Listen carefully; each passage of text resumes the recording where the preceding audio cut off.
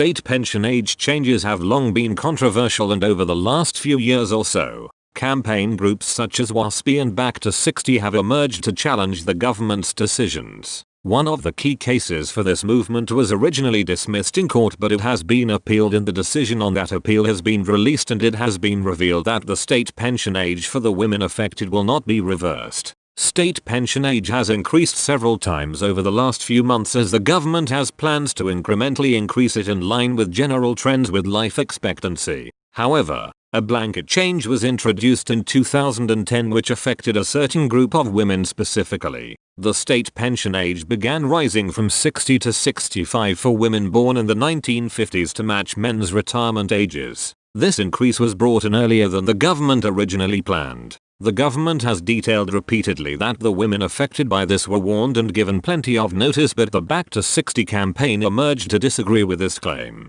Eventually, the government was taken to court on the issue, but the case was ultimately unsuccessful. The House of Commons Library detailed the following on the case. On the 3rd of October 2019, the High Court gave judgment on a claim for judicial review brought by the BackTo60 campaign. The claimant's grounds were that the mechanisms chosen to implement the increases in the pension age discriminated on grounds of age and/or sex. They also sought judicial review of the government's alleged failure to inform them of the changes. However, the court dismissed the claim on all grounds. Despite this, the BackTo60 campaign has been appealing the ruling ever since, and they have seen victories in some areas. For example, in mid-July, lawyers representing the government attempted to have the judicial review into the issue declared unlawful. Sir James EDQC, representing the DWP, argued that the review should not have gone ahead at all. Despite the dismissal, Master of the Rolls, Sir Terence Everton,